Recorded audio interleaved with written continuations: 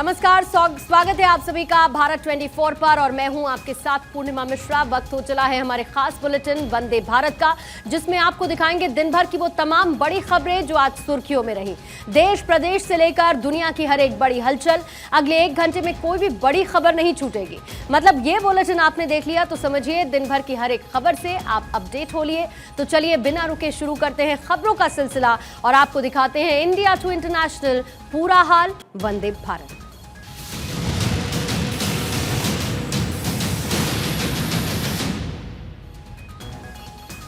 और वंदे भारत की शुरुआत करेंगे पहली अहम खबर के साथ। दिल्ली में जहां आम आदमी पार्टी और बीजेपी के बीच छिड़ा घमासान अभी थमा नहीं था कि इसमें अब दिल्ली के कैबिनेट मंत्री राजेंद्र पाल गौतम ने आहुति दे दी है।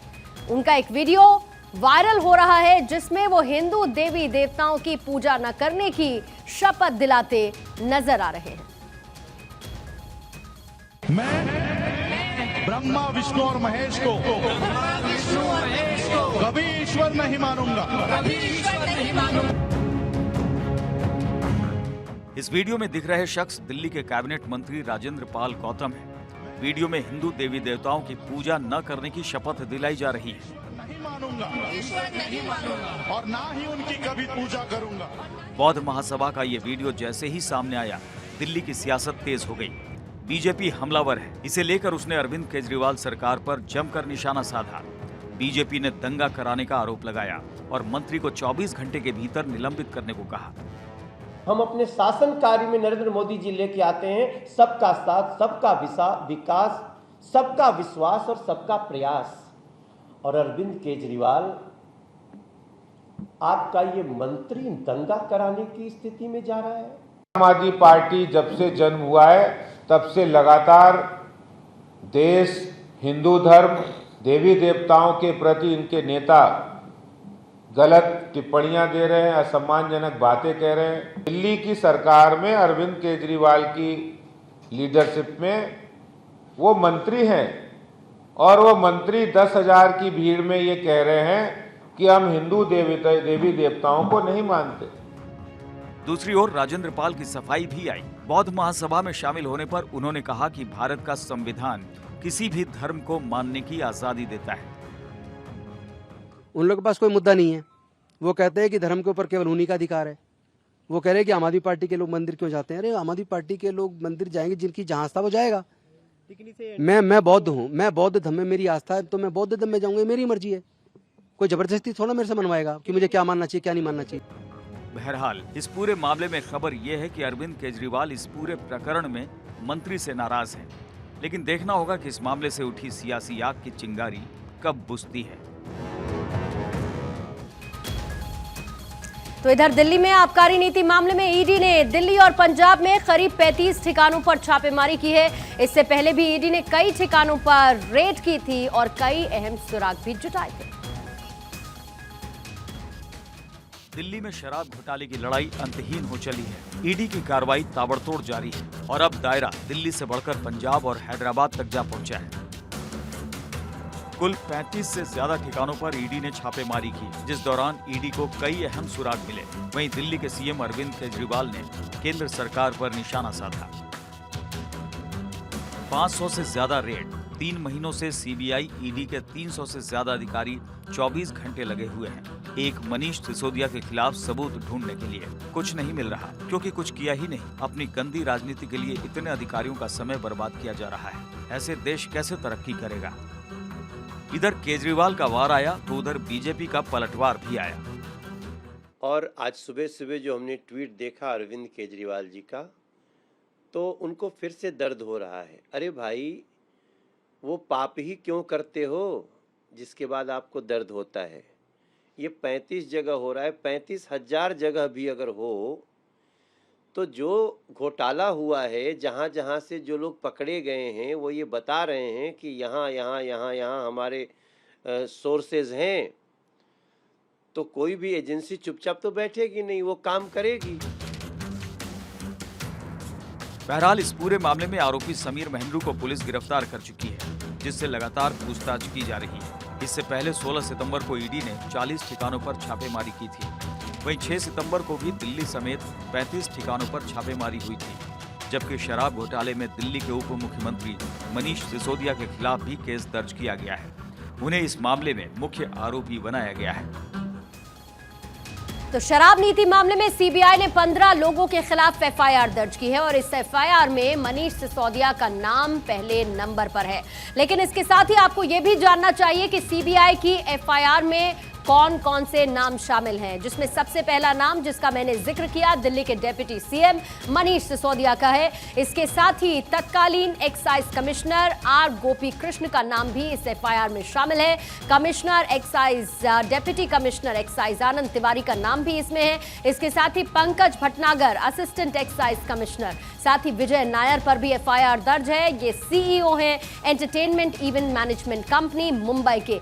इसके साथ ही जो छठा नाम है वो है मनोज राय का, पूर्व कर्मचारी हैं पेरनॉड रिकॉर्ड के। इसके साथ ही अगला नाम है अमनदीप ढाल का, डायरेक्टर हैं ब्रिंको सेल्स प्राइवेट लिमिटेड महारानी बाग के। और समीर महेंदू का नाम भी है जो कि मैनेजिंग डायरेक्टर हैं इंडो स्पिरिट ग्रुप जोरबाग के। अमित अरोड़ा बड़ी retail private limited defence colony में जो है उसको संभालते हैं। और इसके साथ ही रिटेल प्राइवेट लिमिटेड बड़ी, इसके ऊपर भी एक अलग से एफआईआर, इस नाम पर नामजद ये एफआईआर दर्ज है। वहीं दिनेश अरोड़ा जो कि गुजरावाला टाउन दिल्ली के हैं। इसके साथ ही Mahadev liquor Okhla industrial area के, सनी मारवा महादेव लिकर के, अरुण रामचंद्र पिल्लाई बेंगलुरु कर्नाटक के और अर्जुन पांडे का नाम 15वें नंबर पर जो कि गुरुग्राम फेज 3 डीएलएफ के निवासी हैं। इन पर भी एक एफआईआर दर्ज है।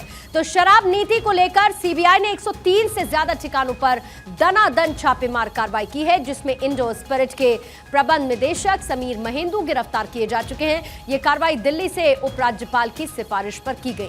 आइए ये पूरा मामला भी आपको समझा देते हैं। यानी शराब घोटाले को लेकर ईडी का शिकंजा जिस तरीके से कसा है, अब तक 103 से ज्यादा ठिकानों पर रेड की गई है। इंडो स्पिरिट के प्रबंध निदेशक समीर महेंदू गिरफ्तार हो चुके हैं। दिल्ली के एलजी ने सीबीआई जांच की सिफारिश की और सीबीआई ने कई राज्यों में छापेमारी की। मनीष सिसोदिया के ठिकानों पर सीबीआई का शिकंजा कसा और 11 आबकारी अधिकारी इसमें निलंबित हुए, जिसे लेकर ये रार अब भी खत्म नहीं हुई है। और अब भी ये एक ऐसा मामला है जिसमें लगातार सीबीआई की तरफ से रेड की जा रही है और इस मामले में सबूत जुटाए जा रहे हैं। और अब बात करेंगे वाराणसी जिला अदालत की, जिसमें ज्ञानवापी परिसर में मिले कथित शिवलिंग की कार्बन डेटिंग पर फैसला जो आज आना था वो फैसला टल गया। यानी कि अब अगली तारीख फैसला सुनाने की है 11 अक्टूबर। वाराणसी के ज्ञानवापी परिसर में मिले कथित शिवलिंग की कार्बन डेटिंग पर फैसला फिलहाल टल गया है। अब इस मामले में 11 अक्टूबर को फैसला आएगा। आज दोपहर 2 बजे फैसले का वक्त रखा गया था। दोनों पक्षों की निगाहें कोर्ट की ओर थी। सवाल था कि कार्बन डेटिंग को लेकर कोर्ट क्या फैसला देता है, लेकिन इस फैसले को 11 अक्टूबर तक के लिए टाल दिया गया। ज्ञानवापी के सर्वे के दौरान वजूखाने में शिवलिंग की तरह आकृति मिली थी।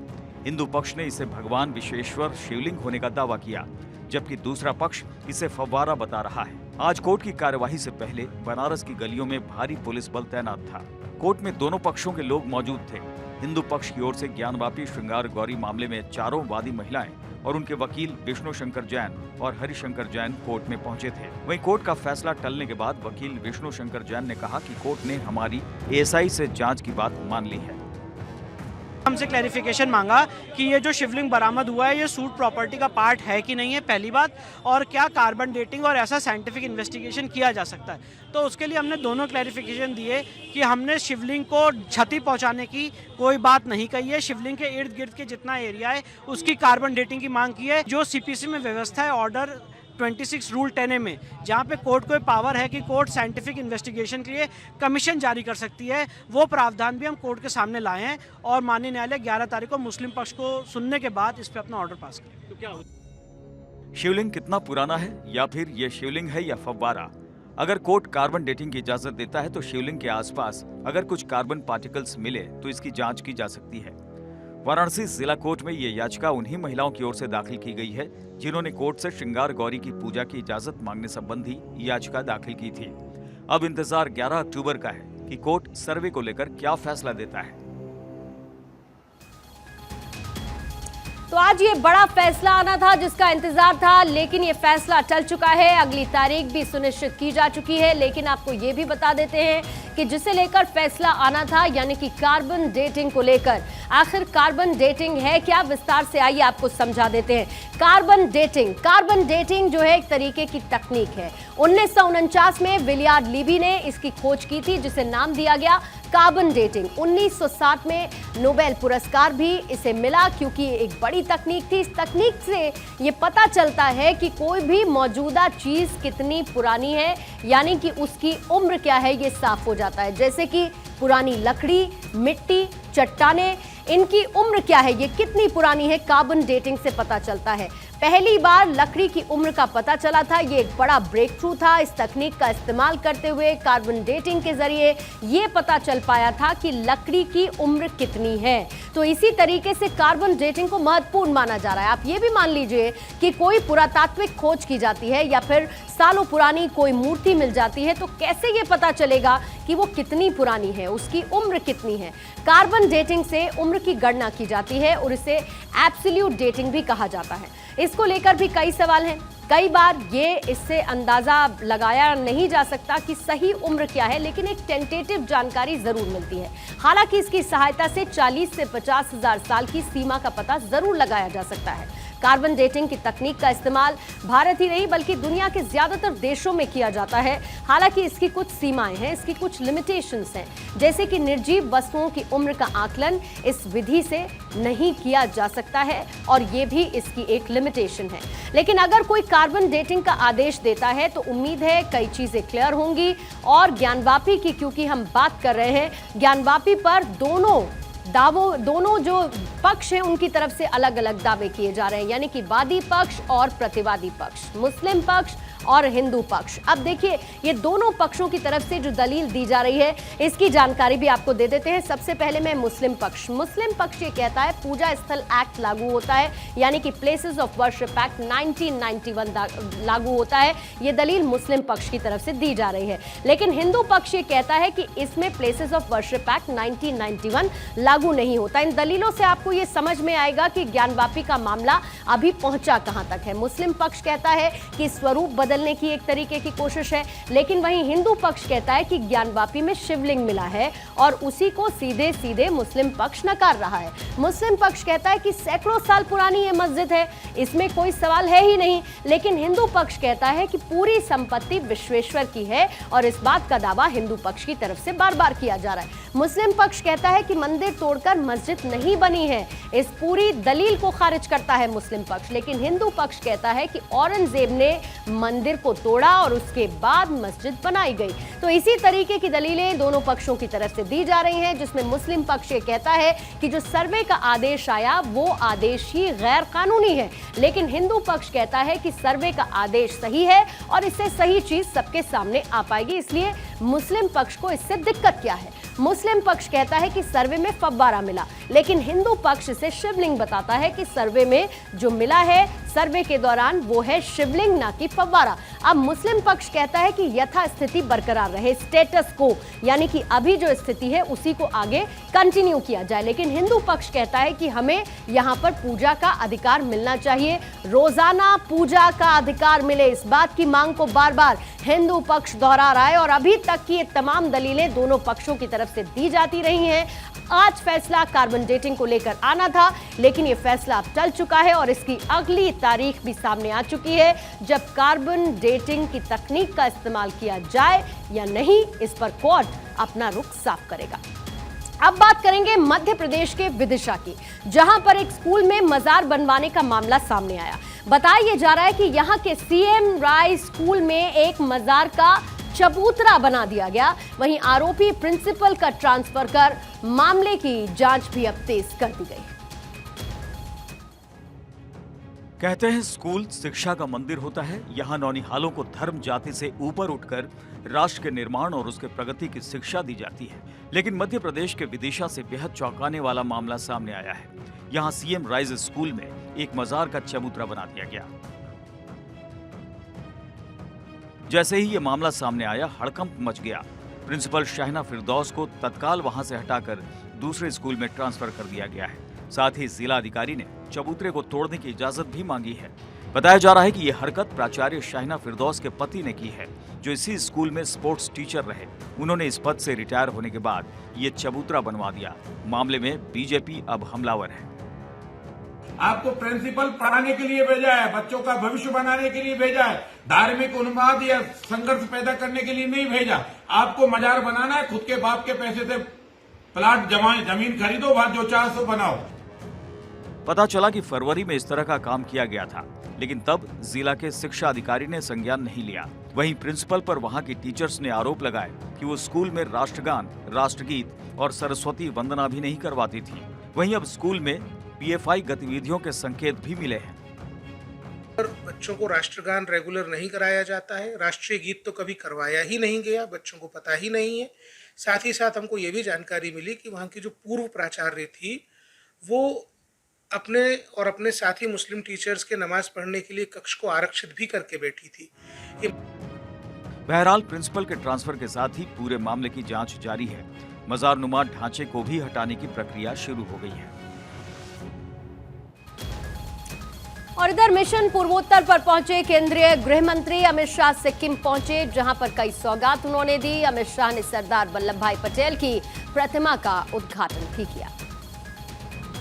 केंद्रीय गृह मंत्री अमित शाह मिशन पूर्वोत्तर पर हैं। शाह के गैंगटॉक पहुंचने पर तमाम मंत्री और बीजेपी नेताओं ने उनका भव्य स्वागत किया। इसके बाद शाह गैंगटॉक के राजभवन पहुंचे और सरदार वल्लभ भाई पटेल की प्रतिमा का उद्घाटन किया। इस दौरान प्रदेश के राज्यपाल गंगा प्रसाद भी मौजूद रहे। अमित शाह ने गैंगटॉक में पूर्वी और उत्तर पूर्वी क्षेत्र डेयरी सहकारी सम्मेलन का उद्घाटन किया। इस दौरान शाह ने कहा, नरेंद्र मोदी सरकार ने लगभग 65,000 सक्रिय प्राथमिक कृषि ऋण समिति स्थापित करने का निर्णय लिया है। हमने तय किया है कि 5 साल के भीतर प्रत्येक पंचायत में एक पैक्स और एक डेयरी होगी। देश की हर पंचायत हम 5 साल के अंदर एक पैक्स भी बनाएंगे और एक डेयरी भी बनाएंगे। शाह ने बताया कि सहकारिता के जरिए देश के किसानों, शिल्पकारों, मछुआरों और आदिवासियों को सशक्त बनाने का काम हो रहा है। इसके लिए सहकारिता मंत्रालय की विवेचना की जानी चाहिए। देश के लाखों करोड़ों मछुआरों, इस देश के लाखों करोड़ों हैंडीक्राफ्ट के हमारे कारीगरों को, इस देश के लाखों करोड़ों वनबंधुओं को, आदिवासी बहनों को एम्पावर करने का काम हो और इसके लिए सहकारिता मंत्रालय की रचना करनी चाहिए। नॉर्थ ईस्ट के 3 दिनों के दौरे पर नड्डा और शाह पूर्वोत्तर के राज्यों को कई सौगात दे रहे हैं, जिसकी शुरुआत उन्होंने सिक्किम से की। इधर झारखंड के दुमका में एक बार फिर से हैवानियत सामने आई, जहां शादीशुदा प्रेमी ने लड़की के ऊपर पेट्रोल छिड़ककर आग के हवाले कर दिया। आनन फानन में पीड़िता को इलाज के लिए भर्ती भी करवाया गया, जहां पर उसकी मौत की खबर आई। झारखंड के दुमका में अंकिता हत्याकांड की वारदात लोग अभी भूले भी नहीं थे कि एक बार फिर से दुमका एक तरफा प्यार से दहल उठा। जरमुंडी थाना इलाके में हालकी पंचायत के भरतपुर गांव में मारुति कुमारी नाम की लड़की को उसके शादीशुदा प्रेमी राजेश राउत ने पेट्रोल डालकर जला दिया। हालत गंभीर होने पर पीड़िता को रांची रिम्स में भर्ती कराया गया, जहां उसकी मौत हो गई। पीड़िता ने मरने से पहले घायल हालत में अपनी व्यथा बताई थी। क्या तुमको जला देंगे, जैसे लड़की को जलाया था ना, उसी तरह तुमको जला के मार देंगे, तुम्हारा शादी नहीं देंगे होने कहीं। इस वारदात के बाद आरोपी फरार हो गया था, जिसे पुलिस ने गिरफ्तार कर लिया है। आरोपित गिरफ्तार हो चुका है। बाकी का डिटेल हम लोग आगे तहकीकात करेंगे, इन्वेस्टिगेशन तब बताएंगे आगे। पूरी घटना पर झारखंड के सीएम हेमंत सोरेन ने दुख जताया है और पीड़ित परिवार को 10 लाख रुपए की मदद देने का ऐलान किया। जो लोगों ने कृत कार्रवाई की है उन सभी लोगों को अरेस्ट कर लिया गया है। प्रयास है कि सरकार, पुलिस, प्रशासन अपना कार्य मुस्तैदी से करे और जो गुनाह करे उसको कड़ी से कड़ी सजा अविलंब दिलाएगी। जानकारी के मुताबिक आरोपी मारुति के घर में दरवाजा तोड़कर घुसा था। इसके बाद पेट्रोल छिड़ककर उसने आग लगा दी। बताया जा रहा है कि मारुति और आरोपी राजेश की दोस्ती साल 2019 में हुई थी, लेकिन इसी साल आरोपी की शादी कहीं और हो गई थी। हालांकि आरोपी मारुति से शादी न होने से नाराज था। उत्तराखंड हिमस्खलन में फंसे हुए पर्वतारोहियों की मदद के लिए रेस्क्यू ऑपरेशन लगातार जारी है। 19 शवों को अभी तक निकाला जा चुका है। बचाव अभियान लगातार जारी है। श्रीनगर से आया हुआ दल, एनडीआरएफ, एसडीआरएफ के साथ साथ सेना और प्रशासन के भी लोग रेस्क्यू ऑपरेशन में जुटे हुए हैं। उत्तराखंड की बेहद होनहार और साहसी बेटी सविता कंसवाल का ये वीडियो बताया जा रहा है, जो द्रौपदी डांडा 2 समिट का है। सविता कंसवाल कुछ महीने पहले ही एवरेस्ट और मकालू को 16 दिन में लांघ आई थी। द्रौपदी डांडा से 4 की मौत की खबर आ चुकी है, जिसमें देवभूमि की बेटी सविता कंसवाल भी शामिल है।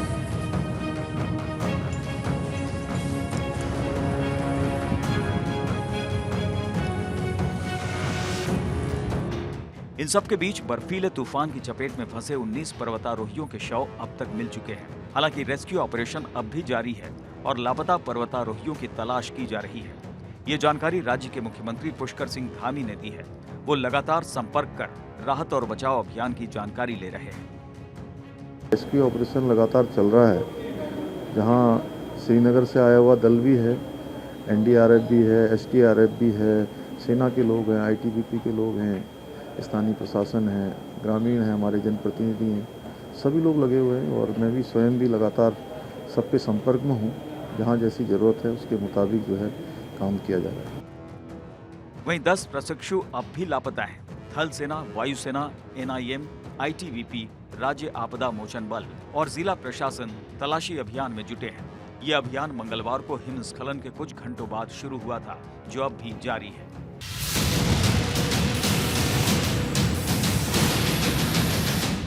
अब बात करेंगे नारकोटिक्स कंट्रोल ब्यूरो की तरफ से की गई बड़ी कार्रवाई को लेकर, जिसमें एनसीबी ने बड़े ड्रग सिंडिकेट का पर्दाफाश करते हुए बड़ी मात्रा में ड्रग्स बरामद की है और इसकी कीमत करीब 120 करोड़ रुपए बताई जा रही है।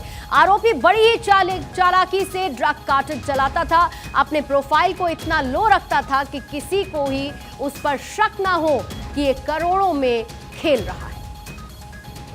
महीनों की मशक्कत के बाद आखिरकार एनसीबी ने ड्रग कार्टेल का खुलासा करते हुए 60 किलो मेफेड्रॉन ड्रग्स बरामद की है, जिसकी कीमत 120 करोड़ रुपए बताई जा रही है। साथ ही एनसीबी ने 6 आरोपियों को गिरफ्तार करने में भी सफलता हासिल की। ये कार्रवाई नेवल इंटेलिजेंस और एनसीबी ने ज्वाइंट ऑपरेशन के तहत की। बरामद की गई ड्रग्स में से 10 किलो गुजरात से और 50 किलो मुंबई से सीज की गई है। जो गिरफ्तारी हुई है उसमें से 4 को गुजरात से और 2 को मुंबई से पकड़ा गया है। दोनों बरामदगियों में से करीब हमने 60 किलो एमडी बरामद किया गया है और इस 60 किलोग्राम एमडी का संबंध शायद उस कार्टेल से है जिसको अभी 2 महीने पहले मुंबई पुलिस ने क्रैक किया था। पकड़े गए आरोपियों में से एक आरोपी सुहेल महर गफिता एयर इंडिया का पायलट भी रह चुका है। सुहेल ने यूएस से पायलट की ट्रेनिंग ली थी। पायलट की नौकरी छोड़ने के बाद वो ड्रग्स के काले कारोबार में उतरा और करोड़ों रुपए छापने लगा। जांच एजेंसी की माने तो इस गैंग के तार कुछ दिन पहले पकड़े गए एक दूसरे गैंग से जुड़े हैं। जानकारी के मुताबिक इन लोगों ने करीब 225 किलो एमडी ड्रग्स की सप्लाई की है।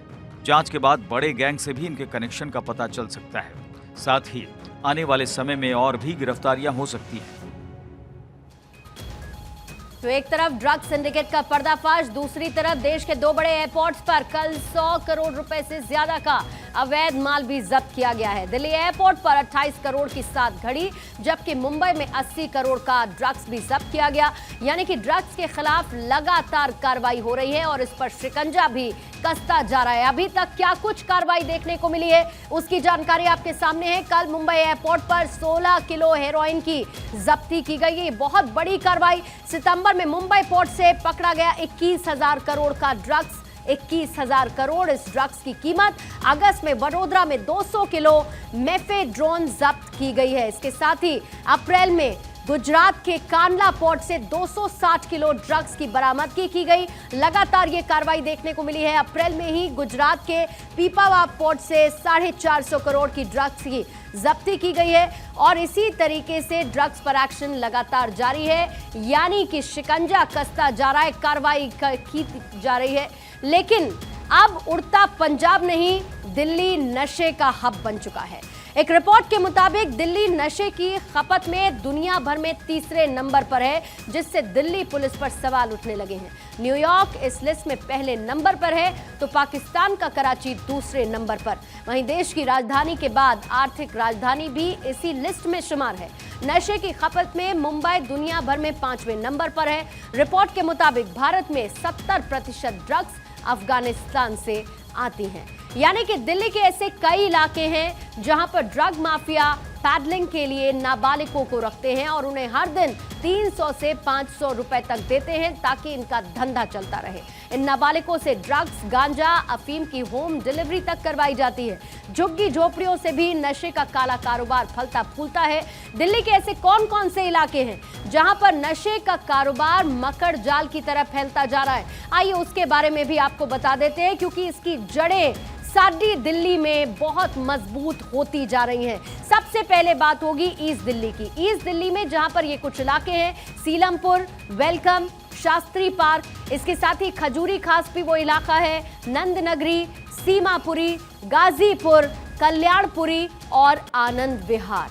लेकिन इसके साथ साथ पूरे दिल्ली भर में ये मकड़ जाल फैला है। अब वेस्ट दिल्ली के कुछ इलाके आपके सामने हैं, जिसमें है शामिल पालम गांव, जाफरा पुलकला, इसके साथ ही उत्तम नगर, जनकपुरी, द्वारका, इंद्रपुरी, कीर्ति नगर, मायापुरी, मंगोलपुरी, सुल्तानपुरी, अमन विहार, नांगलो। ये आपको लग रहा होगा ये लिस्ट कितनी लंबी है, लेकिन ये सच्चाई है। दिल्ली में कैसे ड्रग्स का जाल फैल रहा है। सेंट्रल दिल्ली भी इससे अछूती नहीं है।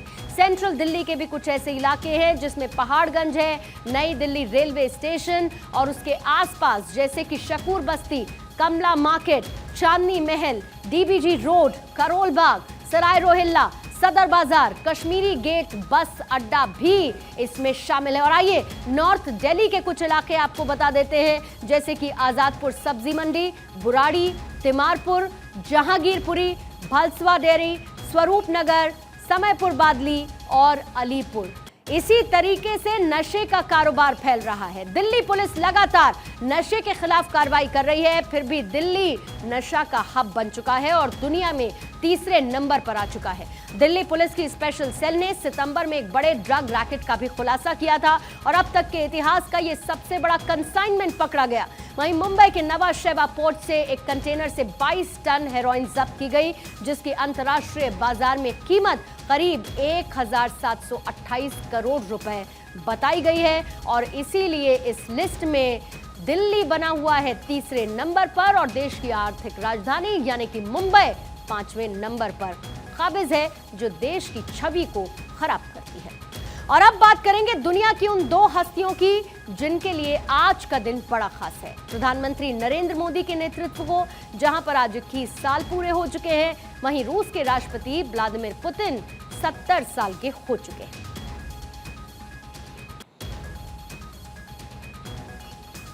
तो सबसे पहले बात नरेंद्र मोदी की। नरेंद्र मोदी साल 2014 से देश के प्रधानमंत्री हैं। उसके पहले कई साल तक गुजरात के मुख्यमंत्री के रूप में उन्होंने सत्ता संभाली। इस तरीके से उनके नेतृत्व को आज 21 साल पूरे हो चुके हैं। ये रिपोर्ट आप देखिए। पहले राज्य और अब पूरे देश का नेतृत्व करने वाले नरेंद्र मोदी को सत्ता संभालते हुए आज पूरे 21 साल हो गए। आज से ठीक 21 साल पहले 7 अक्टूबर 2001 को नरेंद्र मोदी ने पहली बार गुजरात के मुख्यमंत्री के रूप में शपथ ली थी, जिसके बाद उनका सफर थमा नहीं। अब वो लोकल से ग्लोबल लीडर बन चुके हैं।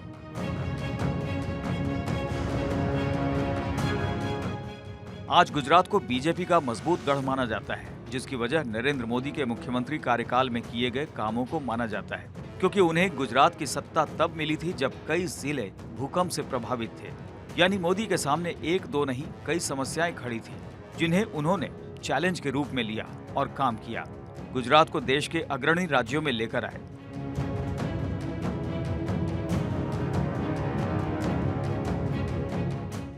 मुख्यमंत्री रहते हुए उन्होंने गुजरात दंगे समेत तमाम मुसीबतों का सामना किया, लेकिन वो टिके नहीं। मोदी के नेतृत्व में 2014 लोकसभा चुनाव में बीजेपी सत्ता में आई और नरेंद्र मोदी देश के प्रधानमंत्री बने।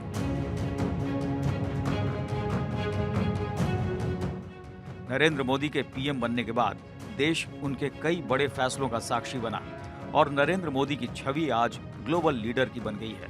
उन्हें दुनिया के ताकतवर नेताओं में शुमार किया जाता है। नरेंद्र मोदी को सत्ता संभालते हुए 21 साल हो चुके हैं, जो कि किसी भी व्यक्ति के लिए बहुत महत्वपूर्ण होता है। तो इनके इस सफर पर आइए एक नजर डाल लेते हैं, क्योंकि 21 बरस का हो चुका है मोदी नेतृत्व।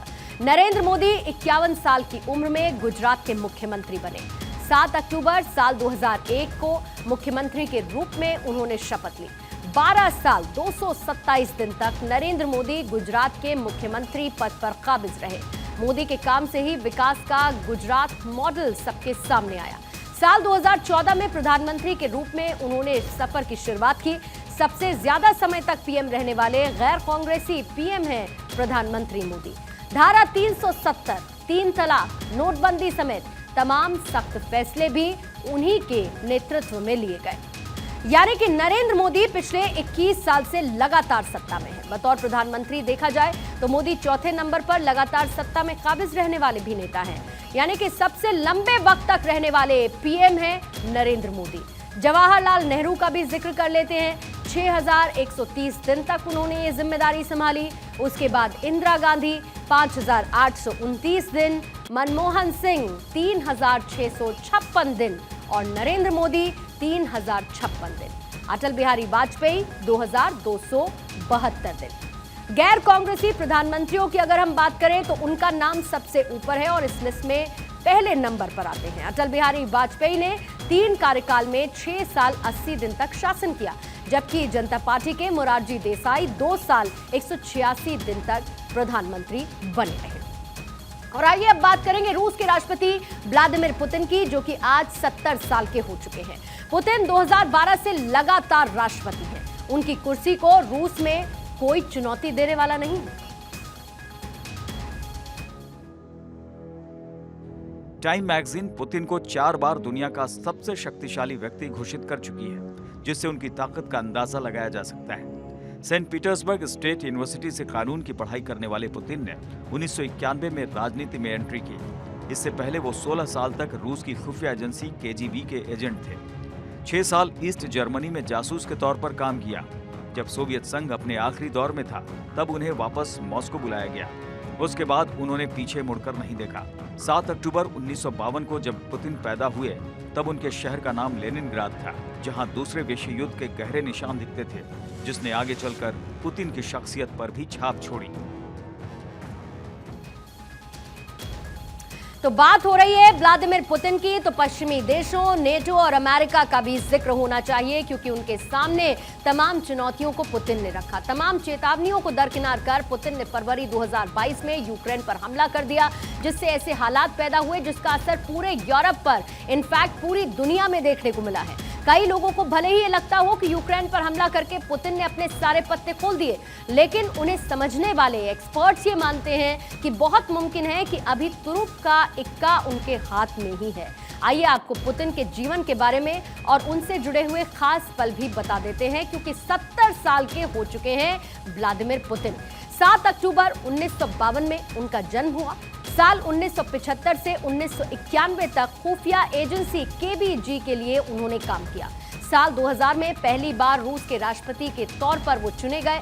साल 2004 में दोबारा से वो राष्ट्रपति बनते हैं। फिर साल 2008 में राष्ट्रपति पद वो छोड़ते हैं और उसके बाद प्रधानमंत्री की जिम्मेदारी संभालते हैं।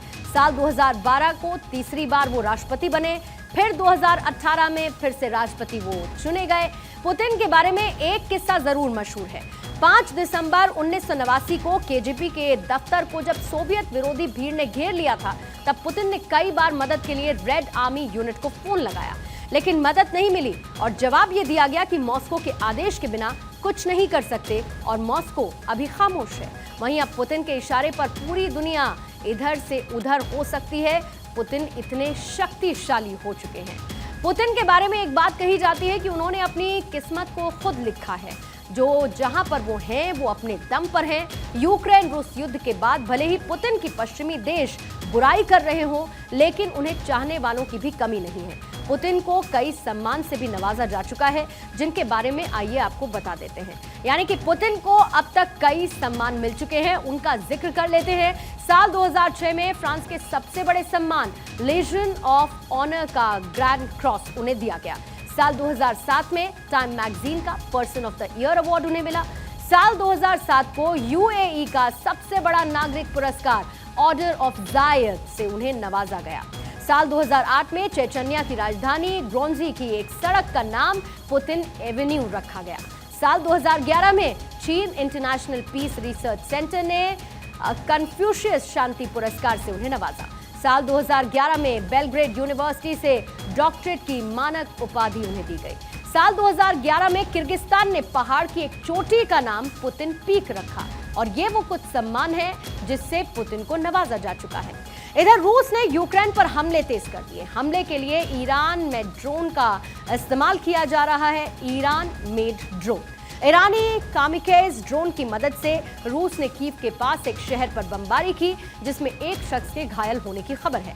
रूसी सेना ने 6 ड्रोन की मदद से कीव से लगभग 90 किलोमीटर दूर स्थित बिलास्वेका शहर पर हमला कर दिया।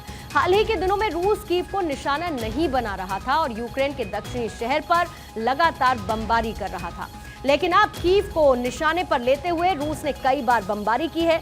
आपको ये भी बता दें कि बिला उत्सेरकवा की आबादी, उसकी पॉपुलेशन 2 लाख है, जहां पर रूस ने ईरानी शहीद 136 ड्रोन की मदद से हमले किए हैं। हथियारों को कामिकेज ड्रोन कहा जाता है और इन्हें सीधे दुश्मन के ठिकानों को निशाना बनाने के लिए डिजाइन किया गया। हालांकि ईरान ने रूस को ड्रोन आपूर्ति से इनकार किया, जिस पर रूस ने भी कोई टिप्पणी नहीं की है। तो एक तरफ जहां पर रूस कीव पर हमला कर रहा है, तो दूसरी तरफ यूक्रेन भी काउंटर अटैक कर रहा है। ज़ेलेंस्की ने नेटो देशों से रूस पर हमले की पहल के लिए कहा है। वहीं यूक्रेन के बचाव की तस्वीरें भी सामने आई। आप जो तस्वीरें इस वक्त देख रहे हैं वो समझिए कि किस तरह से यूक्रेन रूस पर पलटवार कर रहा है। ये एक्सक्लूसिव तस्वीर सिर्फ और सिर्फ भारत 24 के पास है। आप देखिए यूक्रेन का ये काउंटर अटैक।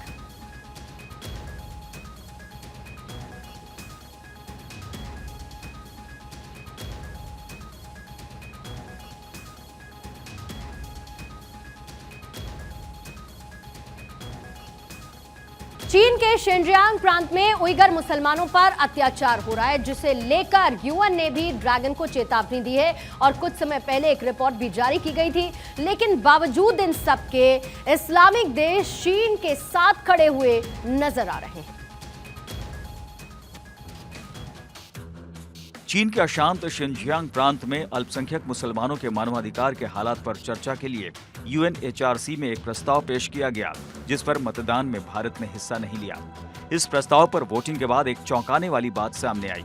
दुनिया भर में मुसलमानों का रहनुमा बनने का दावा करने वाले इस्लामी देशों ने इस मसौदे को लेकर चीन का साथ दिया और चीन के पक्ष में वोटिंग की। चीन के लिए मतदान करने वालों में इस्लामोफोबिया का राग अलापने वाला पाकिस्तान, सबसे बड़ी मुसलमान आबादी वाला देश इंडोनेशिया भी शामिल है। नुपुर शर्मा के एक बयान पर जहर उगलने वाला कतर और मुसलमानों का सबसे बड़ा रहनुमा बनने का दावा करने वाला संयुक्त अरब अमीरात, सूडान, उज्बेकिस्तान और कजाकिस्तान भी शामिल है।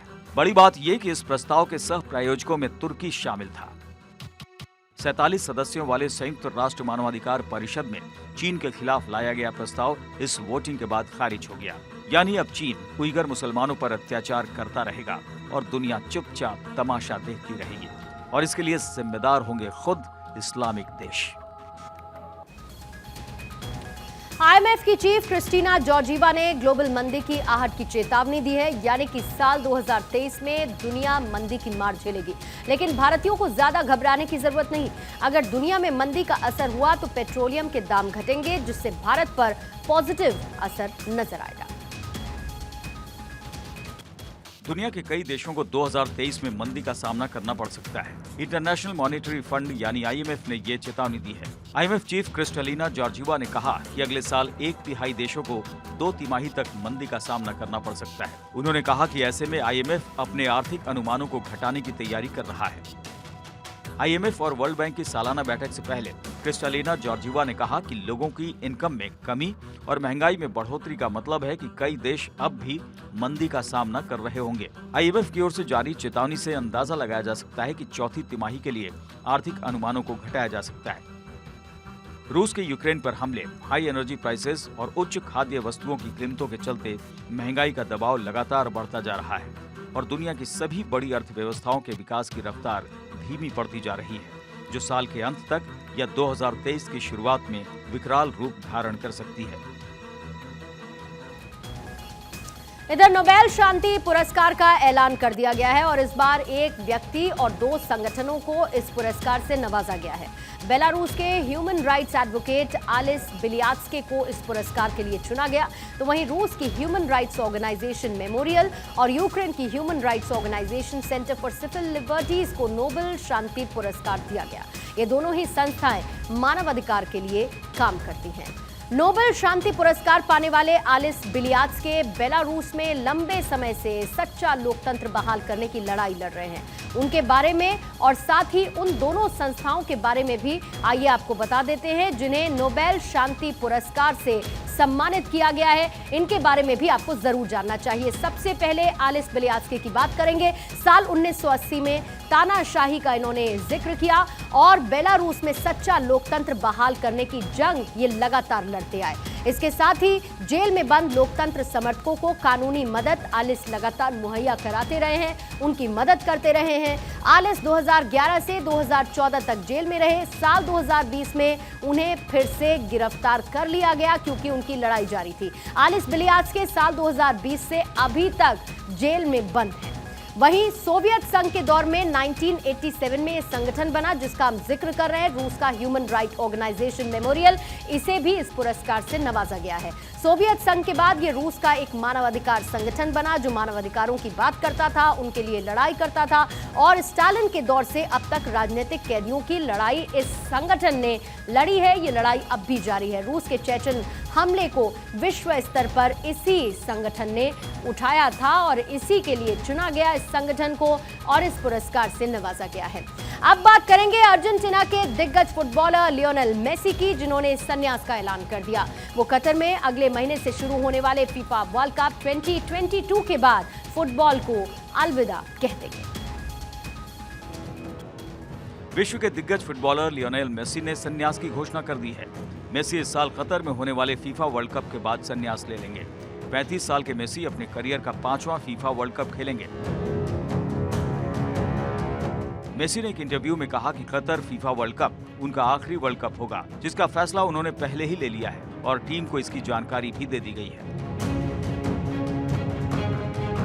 मेसी ने अब तक 2006, 2010, 2014 और 2018 में वर्ल्ड कप खेला है। अर्जेंटीना की टीम ने 2014 में फाइनल तक का सफर तय भी किया था, लेकिन वो खिताब जीतने से एक कदम दूर रह गई थी। उस वक्त जर्मनी ने वर्ल्ड कप जीता था। अब कतर में होने वाले फीफा वर्ल्ड कप 2022 में ये टीम अपने अभियान का आगाज ग्रुप सी में 22 नवंबर को सऊदी अरब के खिलाफ मुकाबले से करेगी।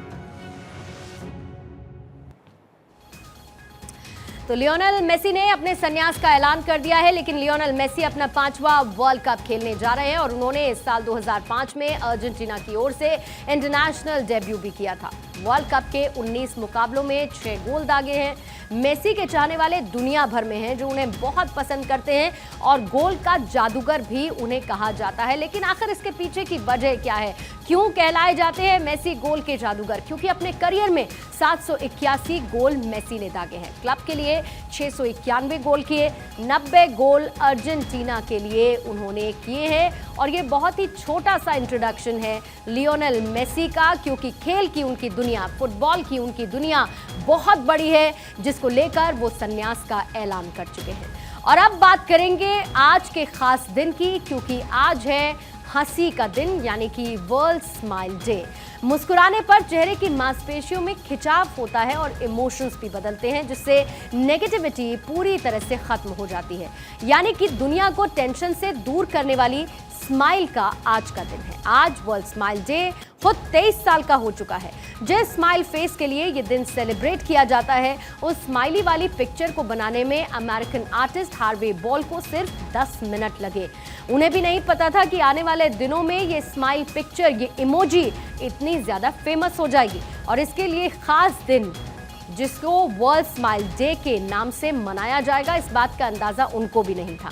तो आज है ये खास दिन यानी कि वर्ल्ड स्माइल डे। आइए इसके बारे में भी आपको बता देते हैं। वर्ल्ड स्माइल डे जिसे पहली बार साल 1999 में मनाया गया। बच्चों की मदद के लिए साल 1999 में ही वर्ल्ड स्माइल फाउंडेशन का गठन हुआ। साल 1963 में आर्टिस्ट हार्वे बॉल ने स्माइली फेस वाली इमोजी बनाई। स्माइल फेस का कमर्शियलाइजेशन बढ़ने के बाद वर्ल्ड स्माइल डे को लेकर फैसला किया गया, यानी कि हर अक्टूबर महीने का पहला शुक्रवार वर्ल्ड स्माइल डे के तौर पर मनाया जाता है। यानी चेहरे पर मुस्कान लाई जा सकती है। कहा जाता है कि चेहरे पर मुस्कान और टेंशन फुर यानी कि टेंशन गुल। मुस्कुराने से रिलीज होते हैं कॉर्टिसोल और एंडोर्फिन जैसे हार्मोन। ब्लड प्रेशर कंट्रोल में भी रहता है, दर्द और तनाव भी कम होता है। इम्यूनिटी बूस्टर के तौर पर आपकी एक नन्ही सी मुस्कान काम करती है। नेचुरल और खुलकर हंसने से 7 साल तक आपकी उम्र बढ़ सकती है। इसीलिए सिर्फ और सिर्फ मुस्कुराइए और अपने जीवन से टेंशन को दूर भगाइए।